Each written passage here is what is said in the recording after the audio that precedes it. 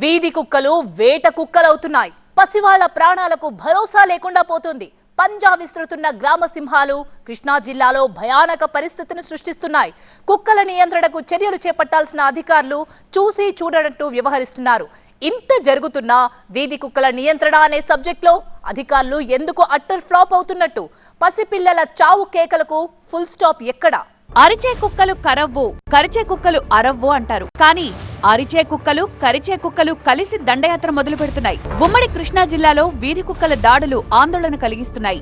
ఈ ఏడాది జనవరి నుంచి ఇప్పటి వరకు గణాంకాలు చూస్తే తీవ్రత అర్థమవుతోంది. కృష్ణా జిల్లాలో మొత్తం బాధితులు 3003 మంది కాగా, ఇందులో 5 ఏళ్ల లోపు వారు 188 మంది బాధితులు కాగా, 5 ఏళ్లు పైబడిన వారు 2815 మంది ఉన్నారు. ఎన్టీఆర్ జిల్లాలో మొత్తం 3881 మంది బాధితులుండగా, ఇందులో 5 ఏళ్ల లోపు వారు 234 మంది వరకు ఉన్నారు. ఈ లెక్కలు చాలు వీధి కుక్కల దాడులు ఏ రేంజ్లో ఉన్నాయో చెప్పడానికి. ఇటీవల పెనుగంచి ప్రోలుకు చెందిన ఏడాది బాలుడు ప్రేమ్ కుమార్ కుక్కల స్వైర విహారానికి బలయ్యాడు. దీంతో ప్రేమ్ కుమార్ తల్లిదండ్రుల ఆవేదన వర్ణనాతీతంగా మారింది. అలాగే కృష్ణా జిల్లా చెన్నూరుకు చెందిన 7 ఏళ్ల హేమశ్రీ ఇంటి దగ్గర ఆడుకుంటుంటే వీధి కుక్కొచ్చి దాడి చేసింది.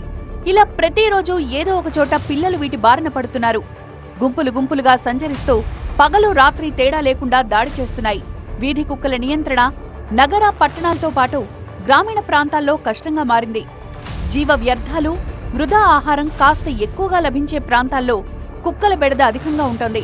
ఫంక్షన్ హాళ్లు, మాంసం దుకాణాల వద్ద ఆహారం కొరత ఏర్పడినప్పుడు సునకాలు జనావాసాల వైపు దండెత్తి గాయపరుస్తున్నాయి. కృష్ణా, ఎన్టీఆర్ జిల్లాలో సుమారు 49,000 వరకు వీధి కుక్కలు స్వైర విహారం చేస్తున్నాయి. వాటికి ఆయా జిల్లా కేంద్రాల్లో కుక్కల నియంత్రణ సంరక్షణ కేంద్రాల ద్వారా యానిమల్ బర్త్ కంట్రోల్ చికిత్సలు చేయాలి. అయితే క్షేత్రస్థాయిలో అలా జరగడం లేదు. ఎక్కడో ఓ చోట సునకాల దాడిలో ప్రాణాలు పోవడం, తీవ్రంగా గాయపడ్డంలాంటి ఘటనలు జరిగితే గాని అధికారుల్లో చలనం ఉండడం లేదు. కూటమి ప్రభుత్వం వీధి కుక్కల నియంత్రణపై చర్యలు తీసుకోవాలని ప్రజలు డిమాండ్ చేస్తున్నారు. అయితే విజయవాడ మున్సిపాలిటీలో ఏబీసీ శస్త్రచికిత్సలు, యాంటీ ర్యాబిస్ టీకాలు దశలవారీగా వేస్తున్నామని అధికారులు చెప్తున్నారు. కానీ 2019కు ముందు 13,000 వరకు ఉన్న వీధి కుక్కలు ఇప్పుడవి సుమారు 30,000కు పెరిగాయి.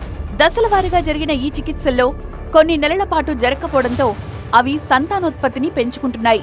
జిల్లా, మున్సిపల్ అధికారులు చొరవ తీసుకుని ప్రత్యేక శిబిరాల ద్వారా ఏబీసీ శస్త్రచికిత్సలు చేయిస్తే మళ్లీ ఇలాంటి ఘటనలు జరగకుండా ఉంటాయని స్థానికులు చెప్తున్నారు. అధికారులు కుక్కల నియంత్రణపై దృష్టి సారించాలని స్థానికులు కోరుతున్నారు. చర్య అనేది ఎవరు తీసుకోవట్లేదు. మరి అధికారులు ఏం చేస్తున్నారో మనకైతే తెలియదు. మరి వాళ్ళు చూస్తున్నారు. ఇలాంటి ఇష్యూస్ చాలా చోట్ల జరుగుతున్నాయి. కుక్కలు చిన్నపిల్లలలాగా కరగడము, చంపేయడము చాలా జరుగుతున్నాయి. కానీ ఇంకా బయటికి రావట్లేదంటే ఇంకేం చెప్తాం? వాళ్ళకంటే మనం ప్రతిదీ మనం ఇన్ఫార్మ్ చేయలేం కదా.